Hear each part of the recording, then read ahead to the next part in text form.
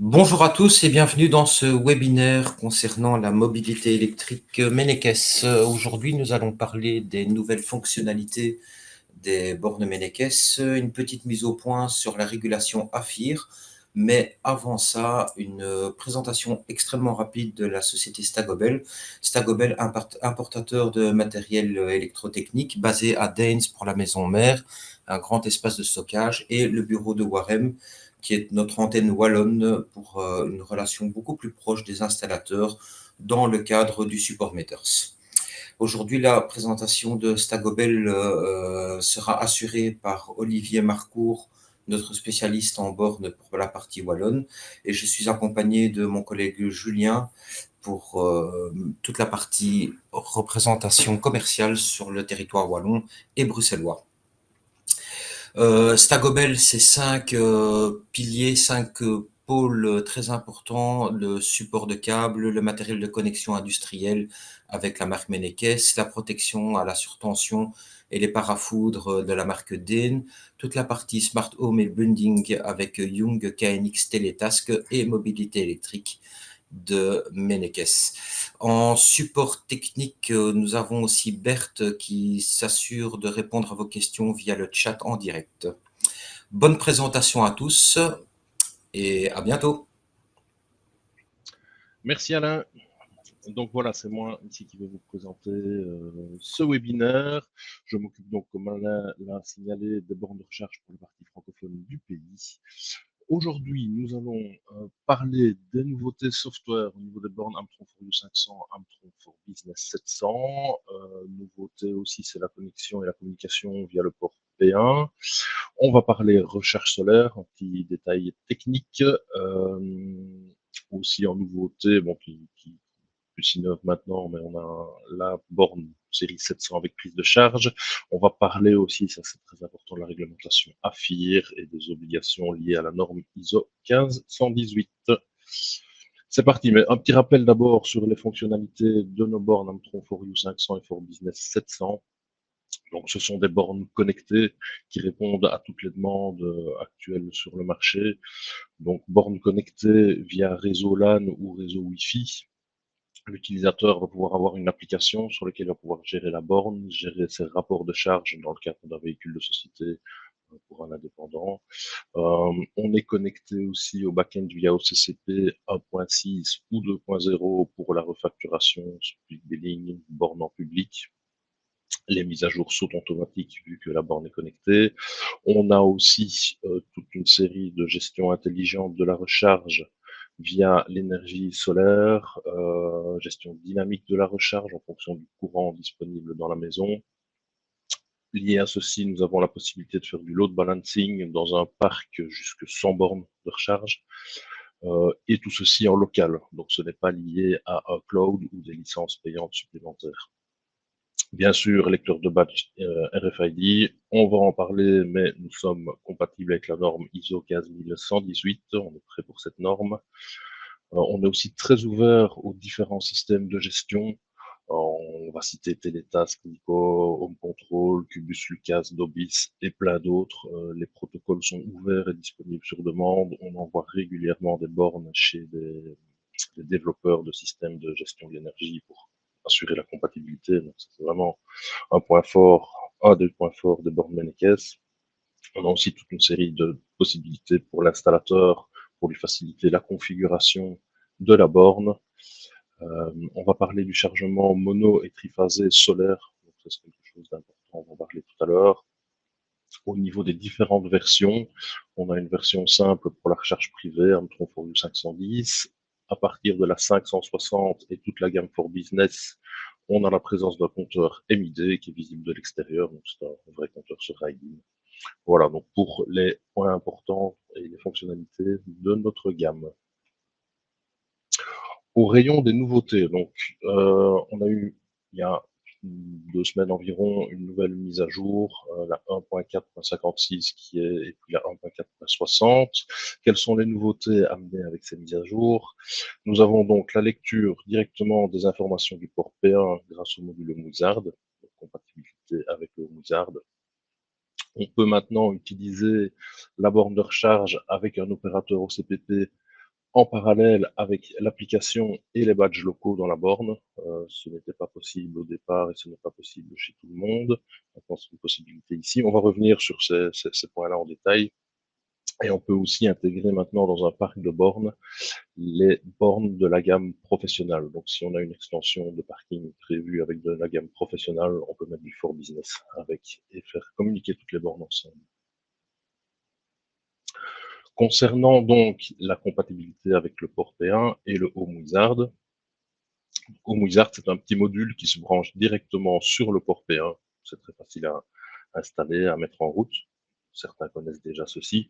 Donc, pour l'utilisateur, bah, ça a déjà un intérêt, c'est qu'il va pouvoir vraiment voir sa consommation, gérer tous les infos liées à sa consommation électrique.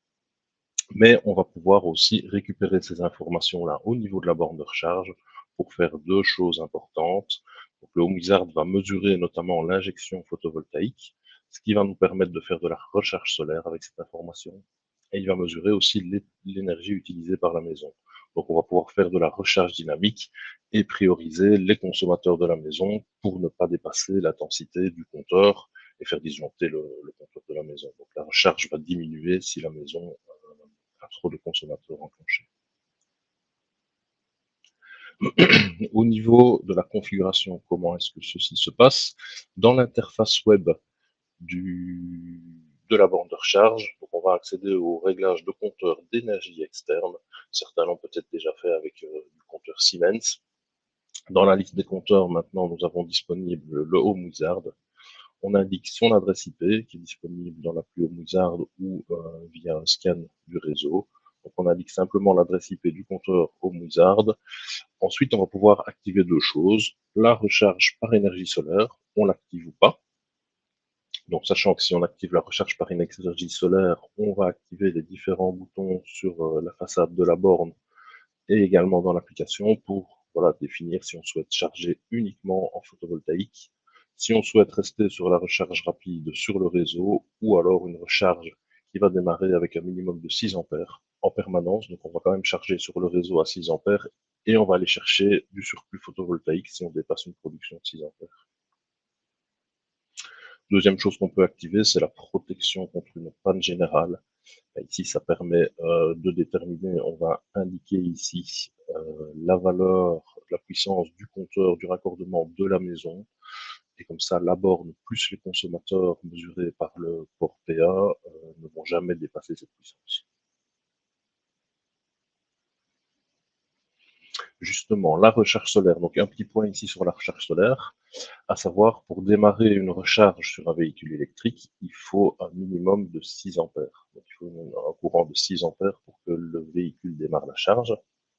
6 ampères, donc ça veut dire en mono, il va falloir 1400 watts, mais en triphasé, donc on parle de triphasé 400 volts, on va avoir besoin de 4200 watts, 6 ampères par phase pour démarrer une recharge. Ça veut dire qu'en production, et attention, on ne parle pas de production, on parle évidemment d'injection photovoltaïque, il va falloir, sur une installation mono, 1400 watts, ma foi, ça c'est atteignable facilement sur les installations résidentielles, mais sinon on est en triphasé 400 volts, il faut normalement 4200 watts pour démarrer une recharge exclusivement solaire.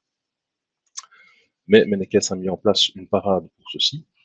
Donc on a sur les bornes 11 kW uniquement, pas les 22, la possibilité de faire un changement de phase dynamique.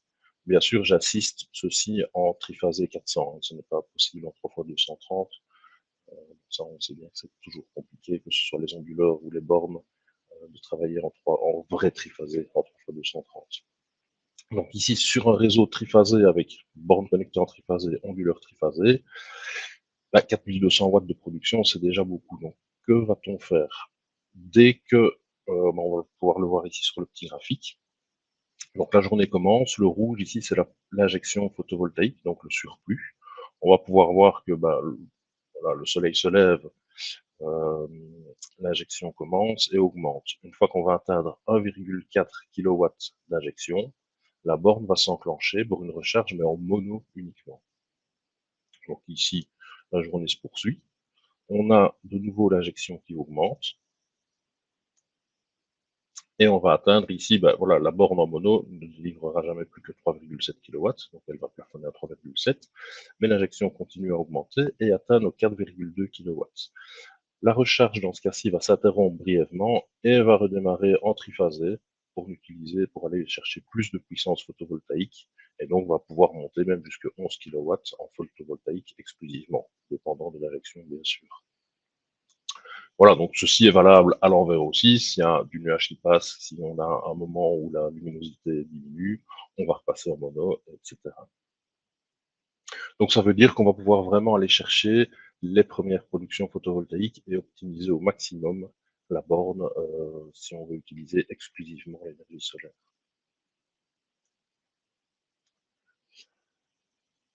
Donc, au rayon des nouveautés également, maintenant on a la possibilité d'utiliser en parallèle un back-end, donc un opérateur de charge pour les véhicules de société par exemple, pour les personnes qui ont une borne fournie par leur employeur à domicile en speed billing. La borne est connectée à l'opérateur de charge et l'employé utilise sa carte de recharge de société pour lancer la charge. Maintenant, on a également la possibilité d'utiliser en parallèle l'application ou les badges fournis avec la borne de charge. Donc ça veut dire que si une personne, un invité vient et doit charger son véhicule, on peut lui passer un des badges fournis avec la borne, il va pouvoir charger avec. Ça veut dire aussi que dans les réglages de la borne, donc on va pouvoir indiquer un ID de badge qui sera lié à notre application et on peut mettre par exemple l'ID de badge de société. Ça veut dire que si on veut lancer une recharge depuis l'appli, ça peut se faire aussi et être enregistré sur le badge de la société. Donc ça, c'est une nouveauté également. Donc si le badge par exemple reste dans la voiture et qu'on rentre dans la maison et qu'on veut lancer la recharge plus tard, on pourra la faire de son smartphone et se partira vers l'opérateur de charge pour être facturé via la société. Autre nouveauté introduite ici, c'est donc la possibilité de s'accoupler avec des bornes de charge professionnelles dans un groupe de charge. Donc, comme on a déjà dit, on peut, que ce soit en professionnel ou avec la gamme Amtron 4U 500 ou 4Business, on peut avoir jusqu'à 100 bornes qui communiquent ensemble dans un groupe master-slave. Donc, ceci sert à avoir 100 bornes sur un parking et gérer vraiment la recharge entre ces 100 bornes, recharge statique ou dynamique, en fonction de l'ampérage disponible pour ces 100 bornes. Alors, comment est-ce que ça se passe la gestion dynamique chez Mennekes? Il faut que toutes les bornes communiquent avec en réseau, en fait, réseau IP classique, donc via switch, routeur, etc. On peut aussi intégrer dedans un compteur externe pour la recharge dynamique, si on est connecté au même réseau électrique qu'un bâtiment, par exemple. On va dans la configuration déterminer une borne master. Alors ici, c'est pas clair, je vais changer l'illustration par après, mais la borne master, dans ce cadre-ci, sera la borne Amtron 4U 4Business, pas la borne professionnelle. Et toutes les autres bornes vont être des slabs ou des satellites. On va pouvoir régler la charge soit statique, soit dynamique avec le compteur externe. Au niveau de la config, c'est ultra simple. Donc, on va d'abord aller dans notre nouvelle borne. Donc, on imagine qu'on a un parking avec 20 bornes professionnelles. On souhaite l'étendre, le propriétaire met des bornes en façade, il veut quelque chose d'un peu plus esthétique. Donc, il va mettre devant son bâtiment 10 bornes de la série Amtron 4U ou 4Business. Dans ce cadre-ci, on va choisir une des bornes, n'importe laquelle, et c'est elle qui sera notre master. Donc, dans la configuration, dans l'interface web de la borne, on va venir créer un groupe de points de charge. Cette borne-là sera donc notre master. Ensuite, on va avoir accès aux différents réglages du groupe de points de charge. Donc, on peut lui donner un nom, définir si la recharge sera statique, donc avec un ampérage fixe pour toutes les bornes, si on a un compteur dédié, ou dynamique avec la lecture d'un compteur externe, si le parc de bornes est sur le même compteur, le même raccordement que le bâtiment. On définit notre puissance en ampérage, donc la puissance dédiée aux bornes, d'autres paramètres qu'on peut définir également. Et si on a des bornes professionnelles, on va autoriser l'ajout de systèmes ECU. Donc ECU, c'est le contrôleur, c'est le nom du contrôleur qui est dans les bornes professionnelles. Ensuite, on crée notre point de charge. La borne, notre borne master va redémarrer pour se mettre en mode master. Dans l'interface web des bornes professionnelles qui sont dans ce parc de bornes, bah, si c'est déjà un parc de bornes existant, il y avait certainement du load management configuré. On va le désactiver. Ça, c'est important. Il faut désactiver le load management existant dans les bornes professionnelles, activer simplement l'interface Modbus, redémarrer la borne. Donc là, on est bon dans les bornes professionnelles. Ensuite, tout se passe dans notre borne master. Dès qu'elle aura redémarré, on aura de nouveau accès à son interface web et au réglage du groupe de points de charge. On va cliquer sur ajouter des stations de charge. La borne va scanner le réseau pour aller chercher toutes les bornes qui sont disponibles sur le réseau. Et là, on va pouvoir choisir les bornes qu'on ajoute à notre groupe. Et ensuite, toutes ces bornes seront actives et disponibles dans le groupe de points de charge. Donc là, on est toujours dans l'interface web de notre borne master, toujours en réseau local. On n'a même pas besoin d'Internet pour faire ça. Donc, ça veut dire aussi, si on a une coupure du réseau Internet, la gestion de charge fonctionne toujours dans la borne, dans les bornes.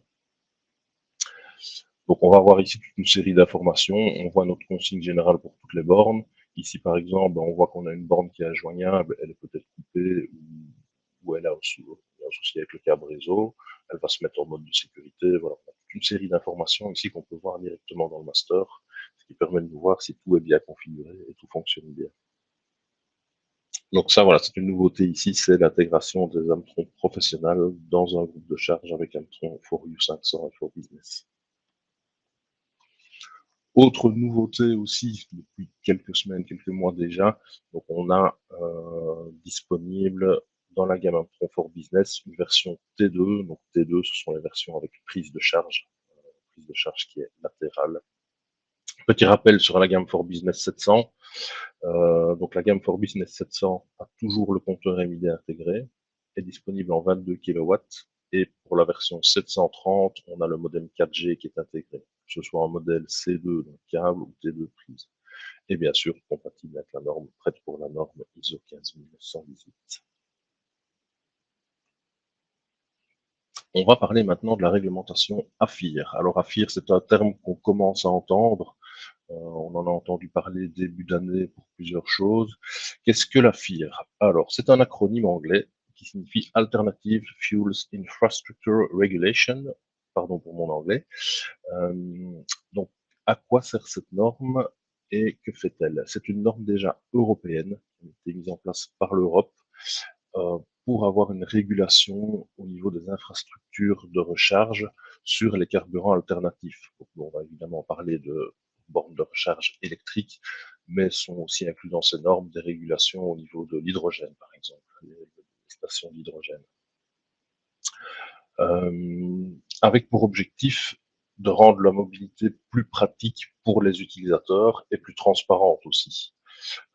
Ce sont des exigences contraignantes pour les États. Ce sont vraiment des lois qui sont éditées par la régulation AFIR. Quelques exemples de choses qui ont été mises en place ou qui sont exigées par la norme AFIR. Par exemple, la distance entre des stations de charge rapide, des stations de charge DC sur les grands axes européens. Je pense qu'on doit avoir des bornes, des stations de charge tous les 60 km sur les grands axes. C'est aussi le cas maintenant, ils vont bientôt imposer des choses pour les bornes de recharge dédiées aux camions, par exemple. Voilà. On a aussi, depuis début d'année, l'obligation d'avoir de la transparence et des paiements facilités avec la carte de banque sur les bornes de recharge. Ça, c'est la FIR qui a imposé ceci. C'est l'application de code QR sur les bornes AC ou l'obligation d'avoir un terminal de paiement directement sur les bornes DC. Pourquoi ça nous intéresse ici? Ben, la FIR a mis en place de nouvelles règles à partir de janvier 2026 liées à la norme ISO 15118. On va détailler après ce qu'est la norme ISO 15118, mais à savoir, cette norme va être obligatoire pour toutes les nouvelles installations ou les extensions de bornes de recharge publiques à partir du 8 janvier 2026. Donc là, il faut définir évidemment ce qu'est une borne publique au niveau de la FIR. Donc une borne publique pour la réglementation AFIR, c'est une borne qui est sur un parking public, accessible à toute personne avec un badge. C'est aussi des bornes qui sont sur les parkings de sociétés, accessibles aux visiteurs avec leur propre badge. Il faut faire attention à ceci. Tout parking qui est ouvert aux visiteurs tombe dans le cadre de la réglementation des bornes de recharge publiques. Donc, shopping commercial, borne publique. Si on pense à chez Stagobel ou chez un grossiste, on a des bornes dans le parking qui sont ouvertes aux visiteurs, aux acheteurs, mais ce sont aussi considérées comme des bornes publiques. Par contre, si les bornes du parking de l'entreprise sont réservées aux employés, même si elles sont liées à un back-end, si c'est réservé vraiment à un groupe interne, dans ce cas-là, ce ne sont pas des bornes publiques. Donc ça, c'est à partir de janvier 2026 pour les bornes AC qui nous intéressent ici.